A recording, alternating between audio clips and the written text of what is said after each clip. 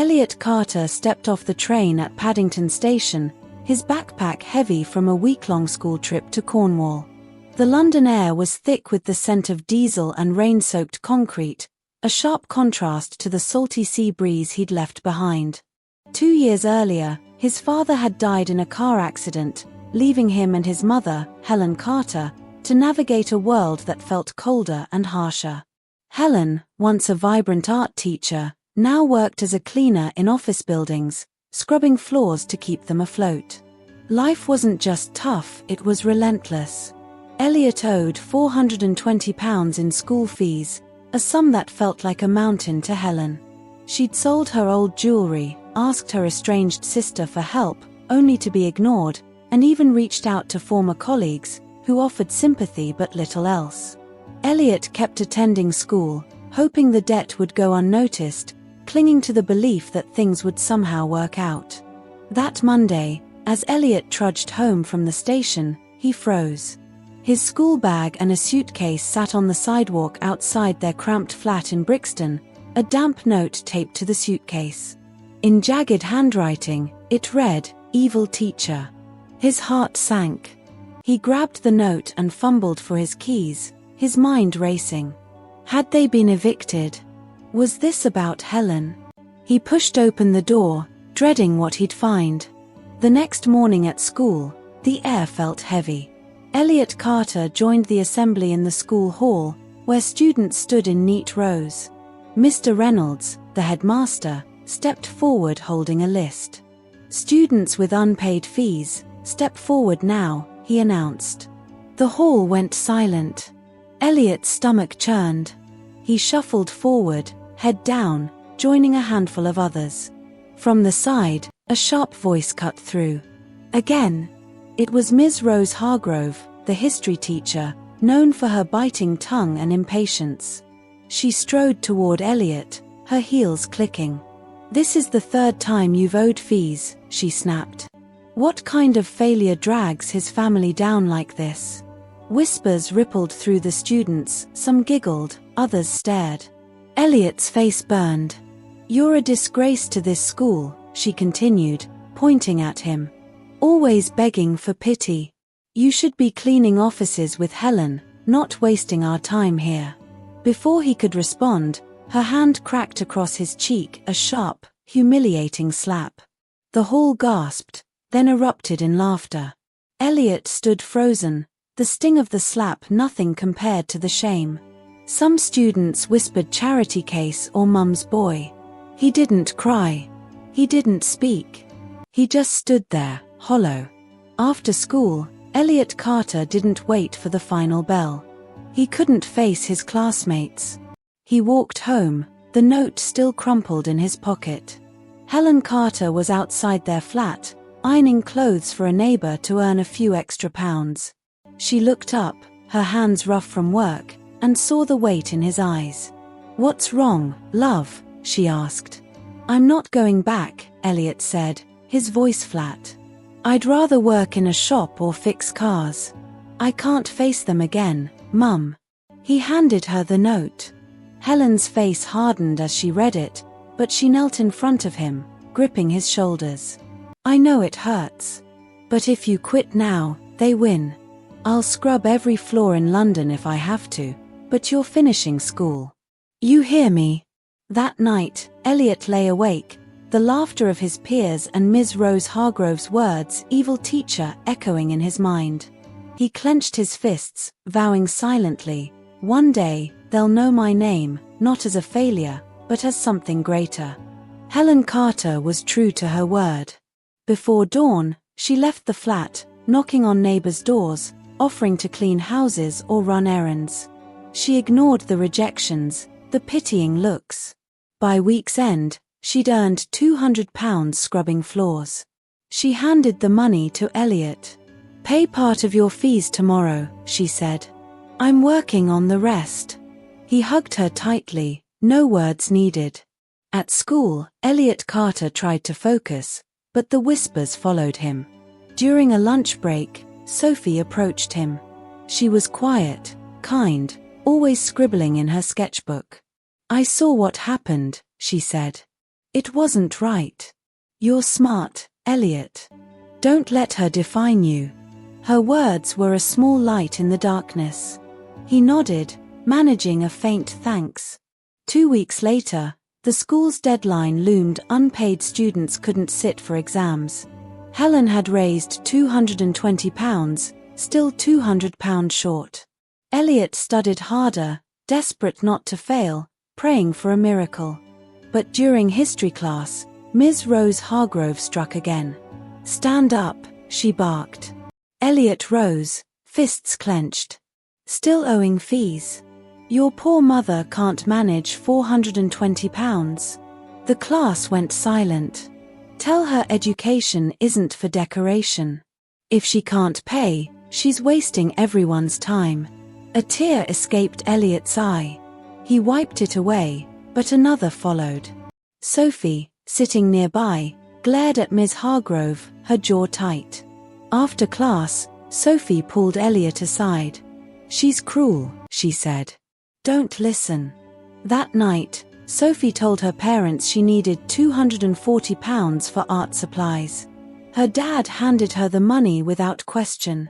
The next morning, she met Elliot at the school gate and pressed the cash into his hand. "For your fees," she said. Elliot shook his head. "You lied to your parents. I can't take it."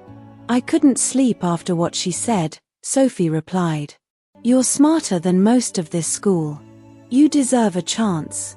Reluctantly, he took the money, whispering, "I'll pay you back." "It's not a loan," she said. "Just don't give up." They walked into school together, a quiet bond forming. That day, Elliot Carter paid the remaining fees. The school bursar, surprised, handed him his exam card. For the first time in weeks, he smiled. At lunch, he and Sophie sat under a tree near the football pitch. "Why'd you help me?" he asked. "Because I've seen you," Sophie said. "You study hard, help others with homework, never complain. You're stronger than they know." They sat in silence, a friendship born of kindness. When Elliot got home, Helen Carter was cooking on their small gas stove. He showed her the receipt. "Paid," she gasped. He told her about Sophie's gift, how she'd lied to her parents. Helen's smile faded. "You shouldn't have taken it, Elliot. We don't build our future on lies, even small ones."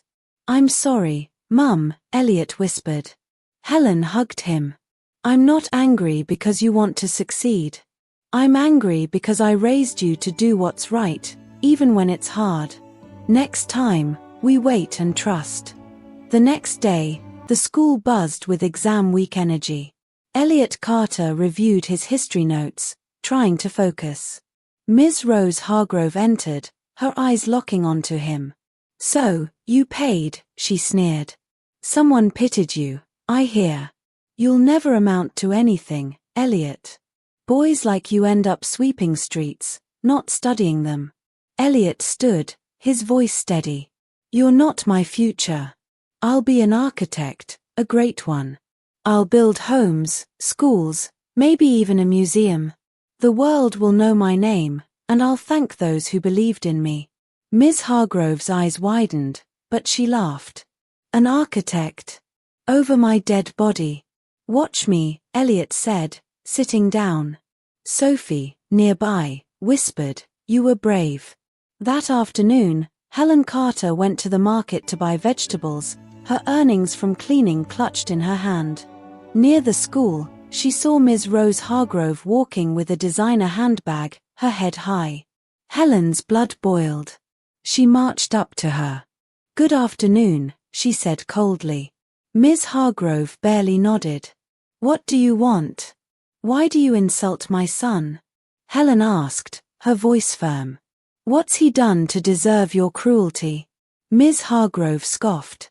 "If you can't pay fees, don't waste my time." Before she could finish, Helen's hand flashed out, slapping her across the face. She grabbed Ms. Hargrove's coat. "I stayed quiet when you slapped my boy in front of everyone. I stayed quiet when you mocked my work. But today, you'll explain yourself." Miss Hargrove stumbled, her scarf slipping. Helen slapped her twice more, each strike for Elliot's pain. Passers-by stopped, some cheering. "That's the history teacher," one shouted. "About time." Miss Hargrove, humiliated, grabbed her scarf and fled. Helen adjusted her coat and walked home, whispering, "Nobody messes with my child." The next day, the school was abuzz. Students whispered about Miss Hargrove's public humiliation. When Ms. Rose Hargrove entered the classroom, her face was bare of makeup, her voice subdued. "Open your books," she said quietly, teaching without her usual venom. Sophie leaned toward Elliot Carter. "Your mum's a hero." 15 years later, Elliot Carter was a renowned architect, his designs gracing London's skyline. He'd studied in the States, returned to the UK, and founded a firm that built eco-friendly homes. Sophie, his friend from that fateful day, was now his fiancée, their wedding months away. Helen Carter lived comfortably, her son having bought her a flat and a small art studio. One day, an urgent project landed on Elliot's desk, a heritage building with structural issues, referred by a rival firm. The client, Ms. Rose Hargrove, now frail and seeking to restore her family's old estate. The note read, "Only the architect can handle this project." Elliot met Ms. Hargrove at the site. She didn't recognize him, her eyes tired. "Please, this house is all I have left," she said. "You don't remember me, do you?" he asked. "I'm Elliot, the boy you slapped, the one you called a failure." Her eyes widened. "I'm sorry," she whispered, tears forming. "I was cruel. Please, don't let my home fall." Elliot paused. "You said I'd never make it. But today, I'm the only one who can save your house." He walked away, assigning the project to a colleague. Later, Helen Carter called. "Don't repay evil with evil," she said. "Save her house, for me." The project succeeded, the house restored. Ms. Hargrove sent an invitation to her home, thanking Elliot. Against Sophie's advice, he went. Over tea, Ms. Hargrove apologized again, offering her daughter Lily Hargrove's hand in marriage as gratitude. Elliot laughed, stunned. "I'm marrying Sophie in 2 months. I didn't save your house for reward." As Elliot left, he felt dizzy, the tea bitter on his tongue. He woke in a strange room, Lily Hargrove beside him. Furious, he fled, realizing he'd been drugged. He told Sophie everything, shaken. "They drugged me. I didn't touch her." Sophie, hurt but trusting, demanded a meeting with Lily. The truth unraveled. Lily admitted the scheme, desperate to trap Elliot for his wealth. James, a former client, confessed he'd been involved with Lily, not Elliot. Elliot and Sophie married, their bond stronger. Helen confronted Ms. Hargrove, warning her to stay away. Elliot's firm thrived, his name celebrated. He'd turned pain into power, proving that words could wound, but resilience could heal.